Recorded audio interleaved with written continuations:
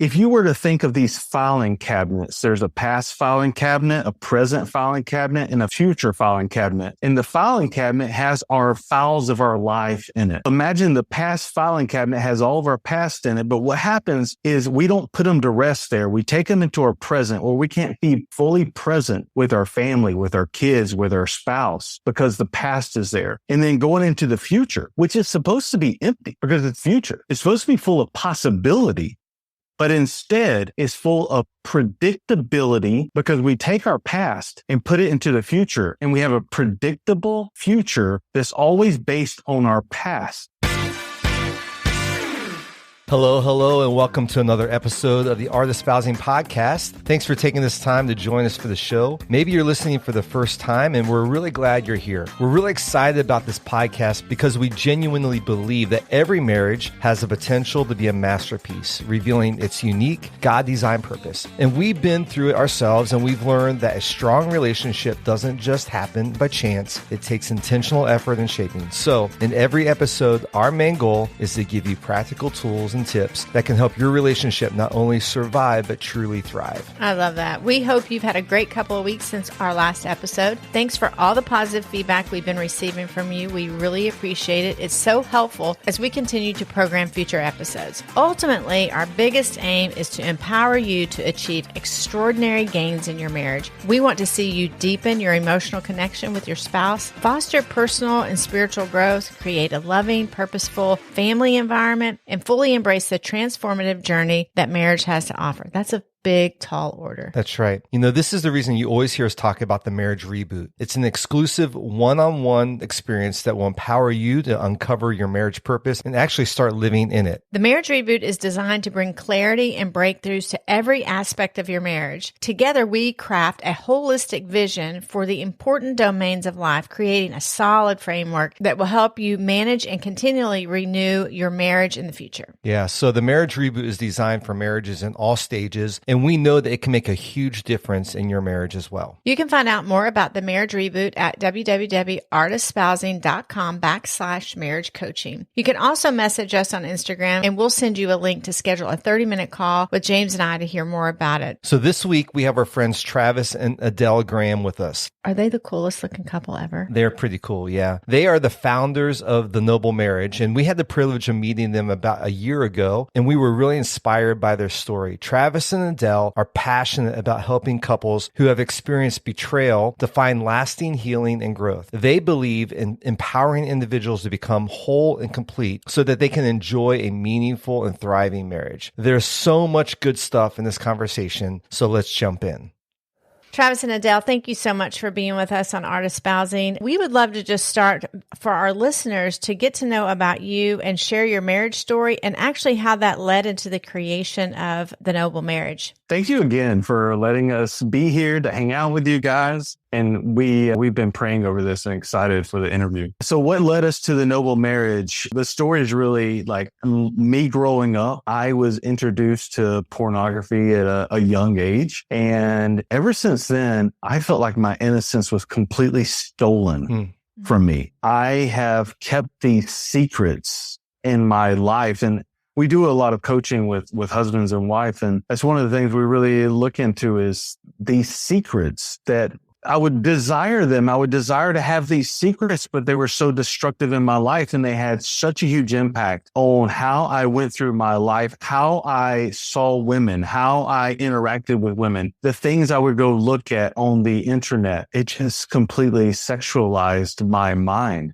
And I still wanted to be an innocent boy who loved God and loved people. And it was this dichotomy of two different people in the same skin. Fast forward and we're married. Those secrets, they just completely destroyed our relationship too. It led me to being unfaithful. It led me to consuming pornography or maybe even addicted to pornography and a lot of other things where these secrets had me trying to fill voids in my life that only God can fill. And those were alcohol, opiates. I became addicted to those and many other things in my life, shopping and eating problems and so many things. But it led to the discovery of me being unfaithful. And that has led us to almost 5 years now of figuring out, why did I do that? Why did I completely destroy a relationship that I did not want to destroy? And so we have kind of come to that answer. But in the way of coming to that answer, we have learned great ways of healing our marriage. Yeah, it was in 2018 when we had just come through a really great summer season in our marriage. I would even say we fell back in love because shortly before that, I was telling my therapist, I don't even love him. What am I going to do? I'm stuck in this marriage.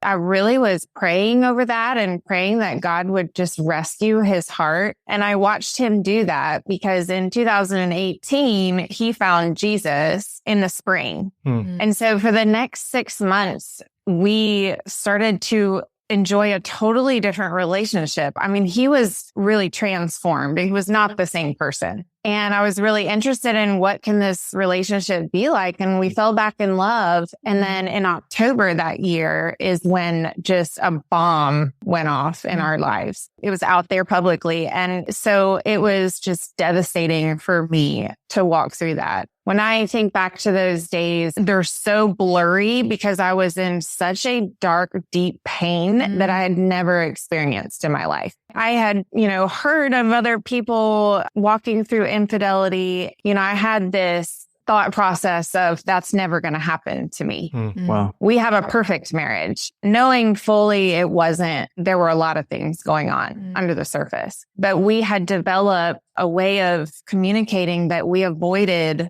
all of the important things. We were talking surface stuff, factual things, and that was about it. When I found out about the infidelity, this world of perfectionism that I had tried so hard to create and put out there for the world to see just came crashing down. And I think that was so intentional by the Lord. I mean, he was really out to rescue my heart because I was selfish. I was prideful. At first I was really so broken, at the same time blaming him that this is all his fault. The Lord really led me down a path of understanding. While I didn't have an affair, I didn't commit adultery, I was still unfaithful in my own heart. Wow. Because I had checked out of the marriage. Wow. And it started to open up personal responsibility for me. So, okay, if I am not responsible for this happening, what am I responsible for in this marriage? And what did I contribute to this marriage? I was able to see I enabled a lot. I avoided a lot. There were red flags that I chose not to have conversation about. And so I really got to go down this path of discovering how our marriage ended up where it did. And together we were actually able to discover the why. That's what all the couples we work with is, why did this happen to me? And the answer on the other side of that is, I don't know. I don't know what to tell you. I don't know why I did what I did. No matter if it's a husband or a wife, there's this. I couldn't answer the question to you when you asked me. And that's infuriating. Yeah. Right. So I was so angry to hear him say, I don't know. What do you mean you don't know? You've just wrecked our life. And so discovering that why together is what God has called us to share with other couples. Is there's a reason why. It has nothing to do with the betrayed, and it has everything to do with the heart of the betrayer and the heart of the betrayed. I believe that when couples go through something as tragic as infidelity, it gives them a unique opportunity, a very special opportunity that other couples don't have access to, because this pain is so deep that when you work through it and you allow God to heal and restore those hearts, there is something so much better on the other side of that. There's love and passion and just a bond of, we got through something that was really horrible together, and be able to build a new marriage. I think a lot of people, they want to get back to the marriage that they had before, but that marriage, you can't have it back. It's gone. Yeah. Nor would you want over. it back. Yeah, exactly. Good point. Why would I want that back? Yeah. But there is this sense of you destroyed it and I want to get back to that, and you can't. And so you have to build something brand new from that. And that's what we are just so passionate about, walking other couples through creating a brand new marriage. That's so good. Obviously you touched on, the most important thing is what Jesus did in your lives, right? He can do in moments what takes a long time to do, but there's also some practical things I'm sure that you had to do to find healing and strength in your relationship, to rebuild trust. What are some of those things that you guys had to do to find healing, to create health and strength out of that brokenness? There is a whole lot that comes to my mind, and I'll just touch on a few just to get us started. The first one is I had to learn how to humble myself. I had to learn to let go of my pride. I had to learn to let go of the shame, that shame blanket, that 50-pound blanket that freaking holds me down and keeps me from hearing what she has to say about her pain and her hurt. Shame puts a veil over my eyes and keeps me from being able to see truthfully what's really going on in my relationship. I have to be able to listen to understand instead of listen to respond. I have to really listen to what it is you're saying and not be listening to come back at things she's saying, but really listen. What is her heart saying to me? What's behind the words that she's saying? That's a different level of listening that I had to learn. I had to learn personal responsibility. My heart is my problem, my deal. Your heart is your deal. In fact, no one will take care of my heart like I will. Yeah. And so I've got to be personally responsible for me. And I didn't want to do that at first. I was a coward. Nor is that common. Yeah, it is not common. It's actually more rare that we see that people are just in integrity and taking responsibility for their actions and their words. Yeah. It's just much easier to blame everyone else and everything else. It started in Genesis 3 when Adam and Eve sinned. They went out and put fig leaves on, and God came after them, which God is always coming after us. Right. Yeah. Everybody listen to this right now. God is coming after you. And he came after them, and he's like, what happened to you? What are you doing? And the first thing they're doing is blaming that woman that you gave me. Yeah. Did this. And then she's like, that serpent. But the personal responsibility is I did it. Yeah. I did it.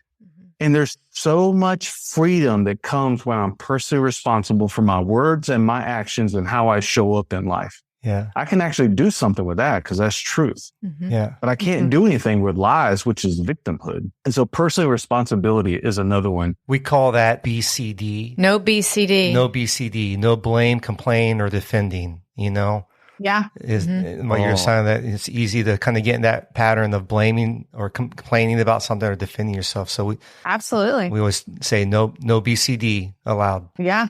I like that. Yeah. Forgiveness is a big one. Knowing what forgiveness is and what forgiveness isn't, and we don't have time to go into that right now, but forgiveness is for you.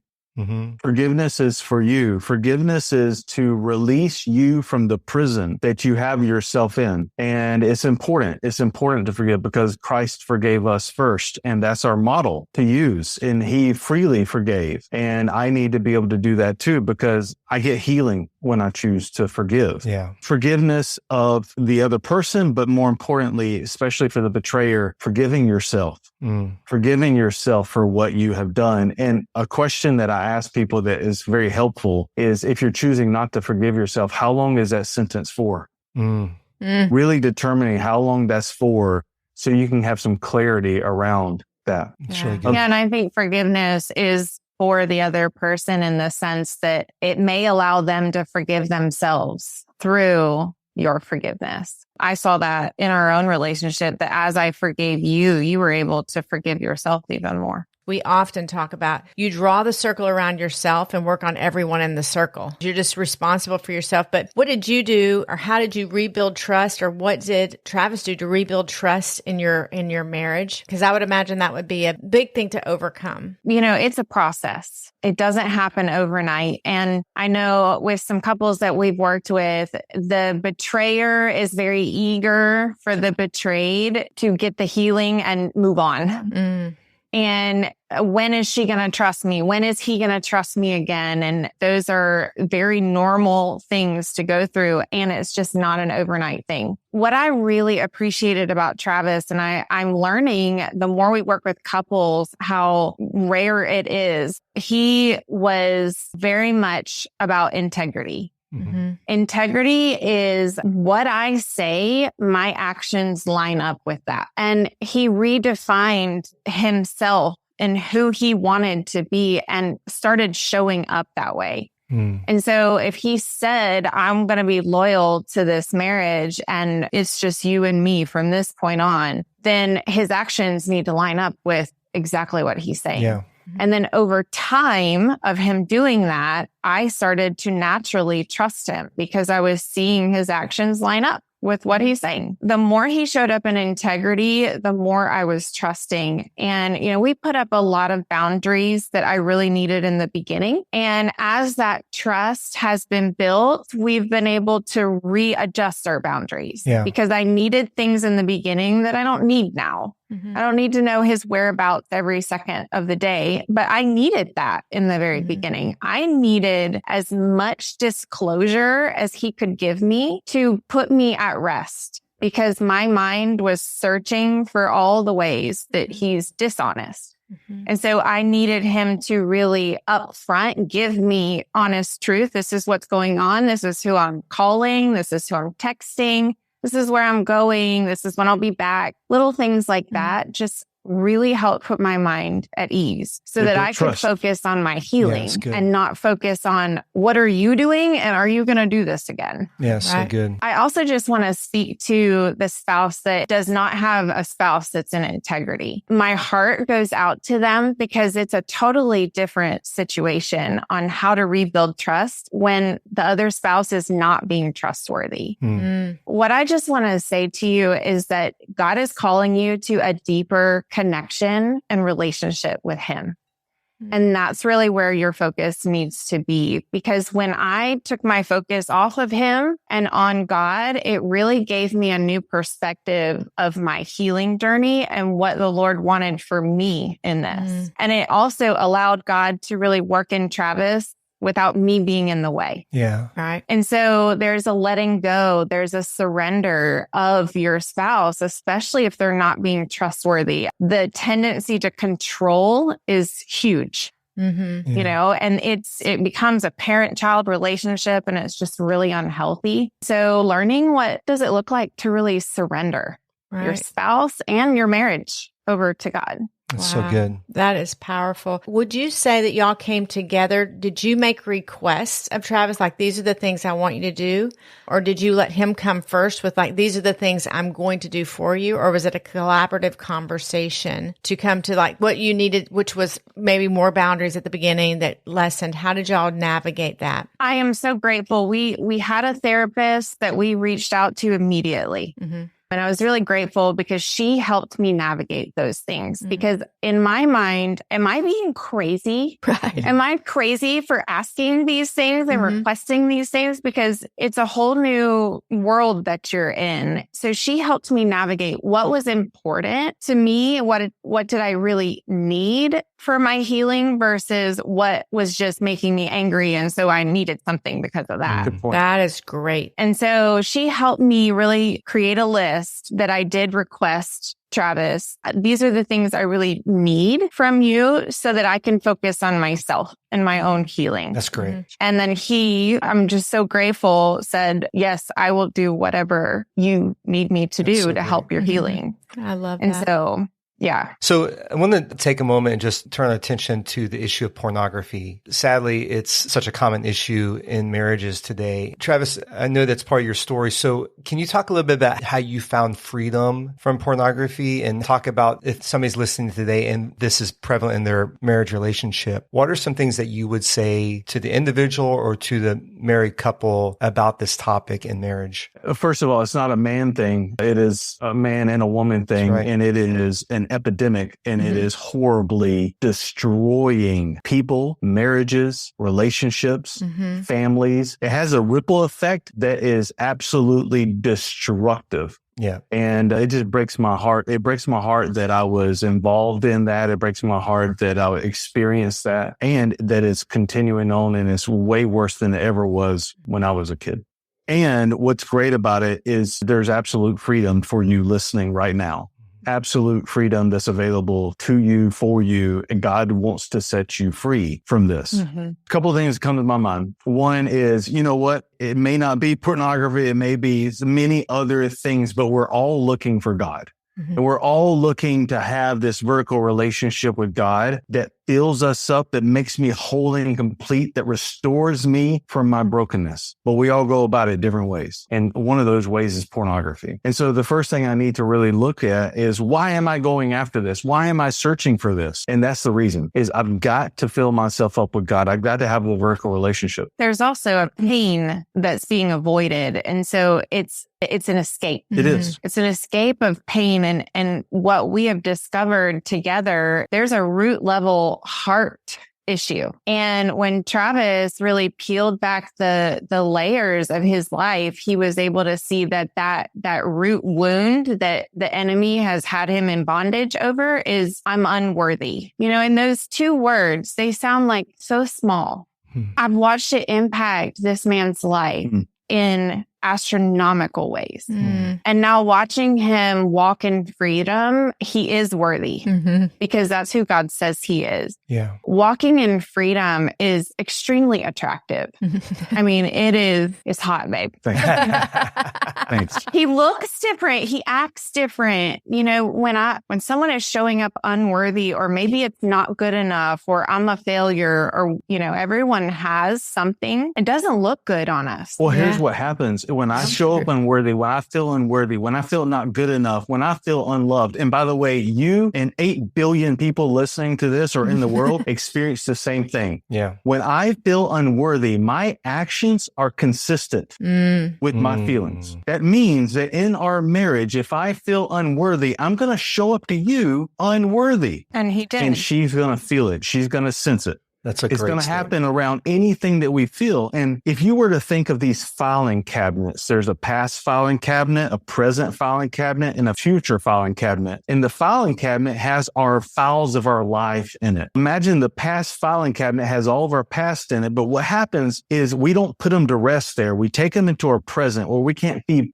fully present with our family, with our kids, with our spouse, because the past is there. And then going into the future, which is supposed to be empty because it's future. It's supposed to be full of possibility, but instead is full of predictability, because we take our past and put it into the future, and we have a predictable future that's always based on our past. And so what we have to do is we have to take our past and we have to settle it. We have to put the file back into the past filing cabinet and shut it, so that we can be fully present right now with our family and have a future full of potential and possibility. And what she's talking about is, I had to go back and say, hey, you know what? When I was molested as a child, I felt unworthy. When I saw pornography for the first time, I felt unworthy.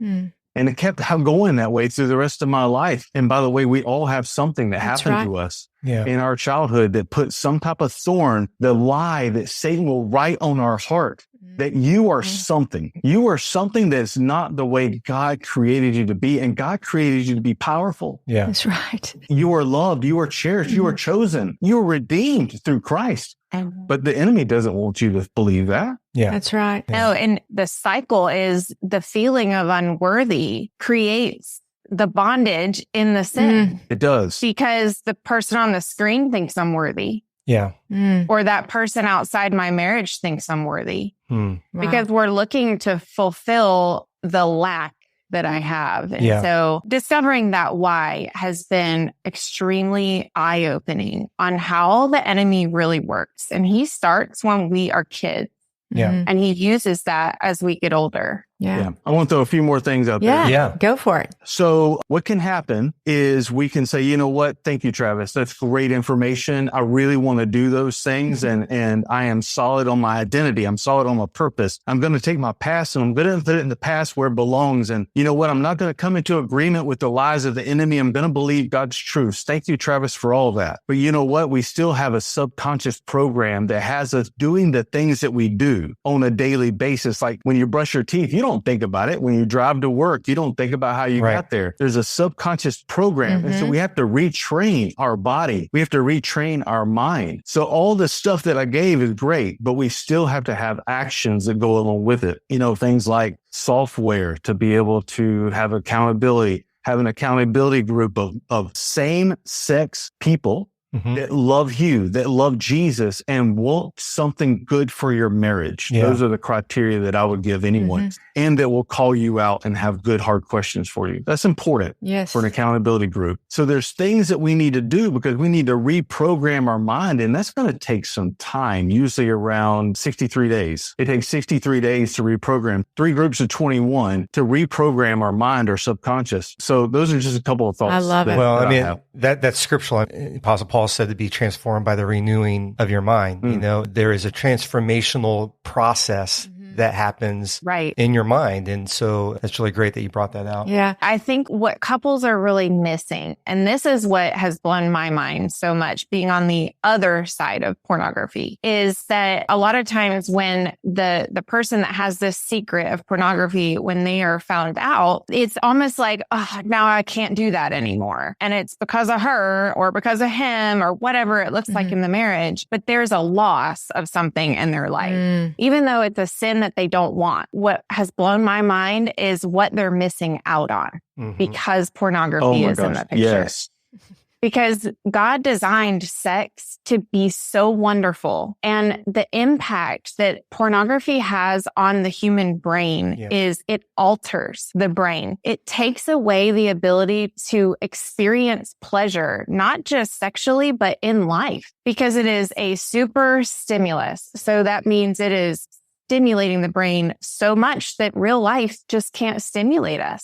Sure. And so there's this, you don't do it for me. And so I got to go outside the marriage to get it. And if couples could just really get that the best sexual intimacy and intimacy alone involves a covenant within the marriage that is monogamous. Yeah. And, it is a priority. Like God will bless your intimacy in your life. And oh my gosh, it has just been so incredible to rediscover our sex life after pornography, after the transformation of the body and the mind. So that's what I really incredible. wish couples knew more about, is there's something wonderful that's waiting for you, but you have to let go of it first. There's so much hope in what y'all have talked about. I mean, there's like so much hope that I know that listeners that are going, I'm in the middle of this and I don't see how I'm going to get to the end of it. Great practical tools. But, one of the cool things that I of course, I get the privilege of seeing the two of you interact, but I know that people are going to hear it. But the honor that you have for one another, it's just beautiful. And I go, this kind of dialogue that's honest, but honoring and healthy is just, that models so much. And I'm so excited for there's so many layers of just great healing in this conversation. Now, I know you guys have written some resources. What have you created that you would recommend for couples listening today that they're maybe find themselves in this situation? Well, first of all, thank you. Wow. Thank you for that acknowledgement. I really appreciate that. And man, I do feel honored by you. Wow. So yes, God has called us to provide resources because we do individual and we do marriage coaching and with intensives. And we have discovered that we don't have the ability to keep up with the amount of people, the demand that's reaching out to us. And we want to help. So we created an online academy that has multiple courses on it, but more specifically, there's one course that I would highly recommend based on this topic or infidelity or betrayal of any kind, and that is Walking Through Betrayal. It is a 9-session series, and it is really a guide, a step-by-step guide that the betrayer and the betrayed can parallel walk the road of healing together. Because what we found is when this happens, if both couples want to get healing, they kind of don't know where to go or what to do, and they go get healing separately.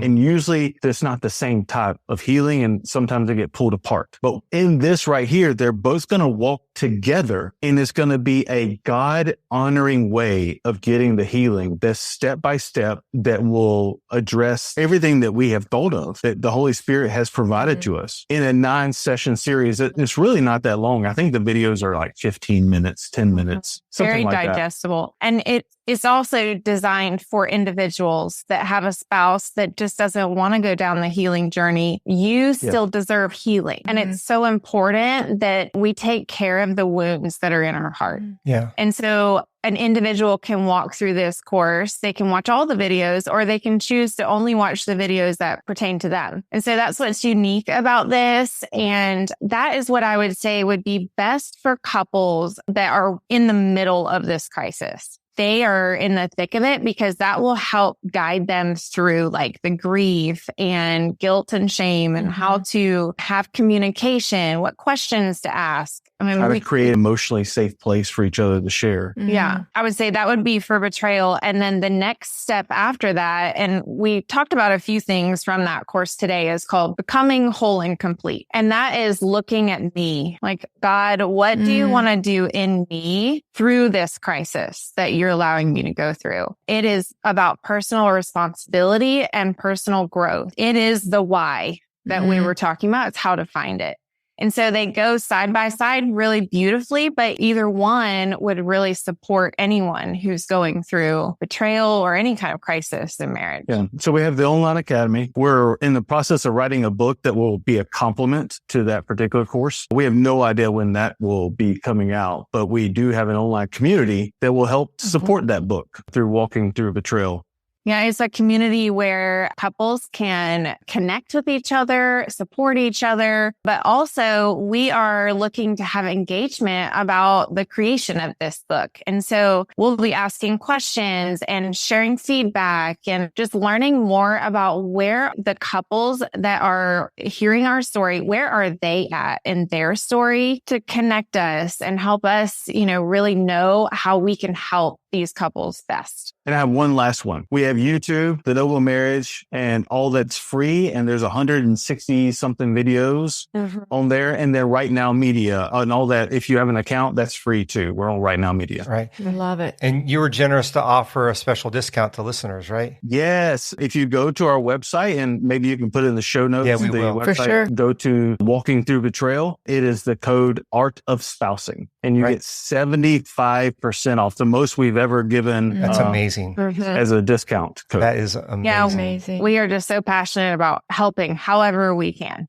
So generous. So, Generous. So thank you so much. We'll definitely put all the information in the show notes, and so many good resources there. And your website's just beautiful. Anyways, we talked about that earlier, but thanks. So many tools there. Okay. So as we wrap up, I wanted to know if there was one marriage tip or a pro tip tool that you use that you would give to our listeners today to help them in their journey. Yeah. The first one that I have is how to relate to your spouse, how to have good communication with your spouse would be come from curiosity instead of judgment. So being curious about your spouse, what they're saying, what's really going on in their heart, rather than judgment is I am looking for my spouse to say something that I'm not going to agree with, or that's going to hurt me in some way, or I'm looking for their ill intention. And statistically, the majority of marriages, they're looking at their spouse as having ill intentions. So it's curiosity versus judgment. That's great. For me, I would just say we use a distinction called, are you committed or attached? And when you're looking at the healing journey, sometimes I can be attached to how I think things should look. And then if they don't go that way, I'm actually disappointed and upset. But if I'm committed to the overall healing, that we are restored and we're being filled up by God, then I take different actions, and the steps in between can look all kinds of different ways when I'm being committed.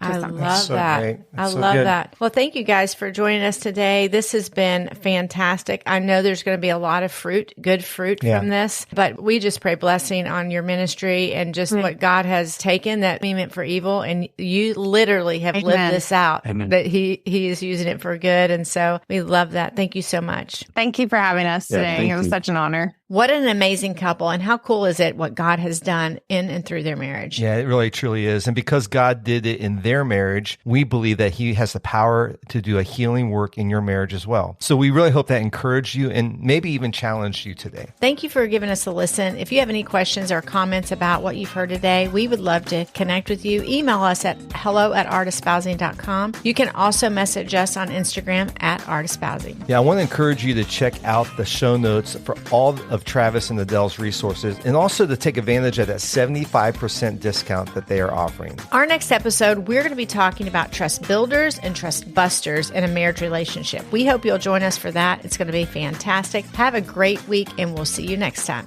Until then, bye-bye.